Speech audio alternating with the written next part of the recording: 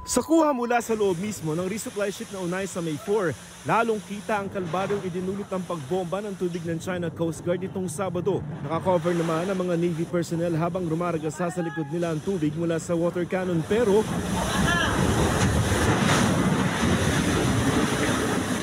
aakalain mong binagyo sila sa loob.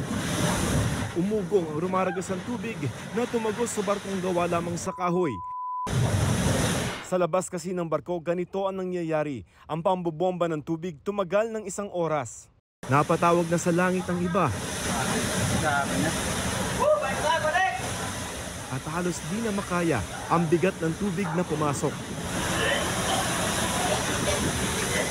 Dinig din ang ibang nasusuka sa tubig.